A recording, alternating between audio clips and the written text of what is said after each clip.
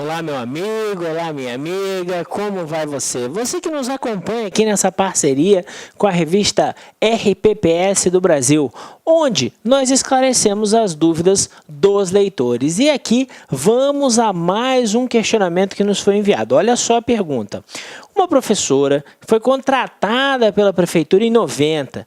Em 2003, ela foi aprovada em concurso da mesma prefeitura, carga horária 20 horas. Em 2006, ela foi aprovada numa nova etapa para mais 20 horas. Então, eu estou lendo o seguinte, ela fez um segundo concurso, né?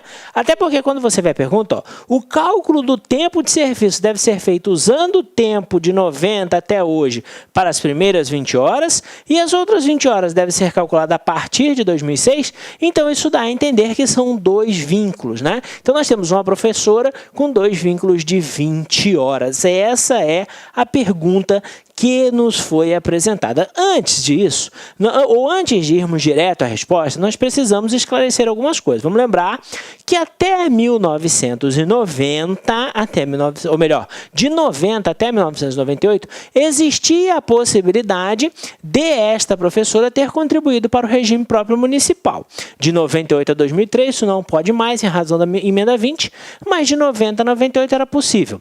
Mas vamos partir da premissa de que não, de que esse recolhimento foi feito todo junto ao INSS, já que não existe essa informação aqui de recolhimento para o regime próprio nesse período anterior a 2003, beleza? Então vamos partir desta premissa, até porque, né, essa premissa, ela vai se basear na nova redação do artigo 40. O que diz a nova redação do artigo 40? Nova entre aspas, né? Porque ela existe desde 1998, que os servidores que ocupam cargos de natureza temporária estão filiados ao regime geral. E aí eu vou voltar aqui para lembrar vocês que ela foi contratada. A contratação no serviço público acontece como?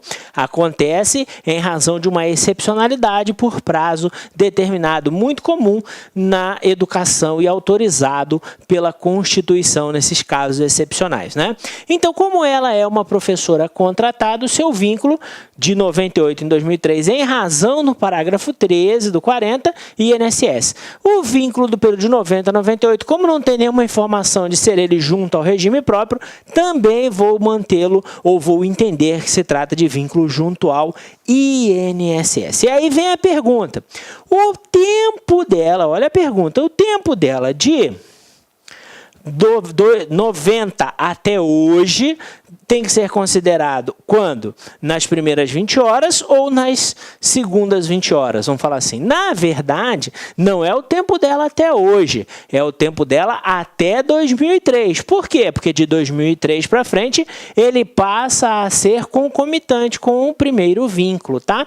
E como não se tem notícia de que ela continuou contratada posteriormente a esta data, né? Então, parte da premissa também de que esse tempo se encerra, esse tempo de contrato se encerra em 2003. Então, o período de 90 a 2003, a gente usa ele para aposentadoria, para tempo de contribuição no primeiro vínculo ou usa ele para tempo de contribuição no segundo vínculo? Vejam só, senhores, não existe em regra previsão de você, obrigação de você utilizar o tempo neste ou naquele vínculo. A utilização do tempo anterior é uma faculdade do servidor. Ele pode, inclusive, optar por não usar esse tempo, tá? Ele pode, inclusive, optar por não usar. Mas ele também pode optar pelo quê?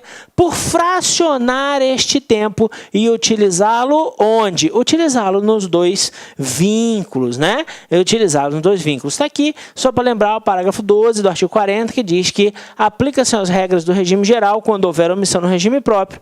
E por que eu digo que ele pode fracionar esse vínculo? Lembrando, nossa premissa de que todo esse tempo, de 90 até 2003, seria o tempo de INSS. Mas, Bruno, e se 90 a 98 for tempo de regime próprio, ele pode fracionar também? Pode. Está aqui, ó, por isso que eu botei o parágrafo 12 aqui. E por que ele pode fracionar?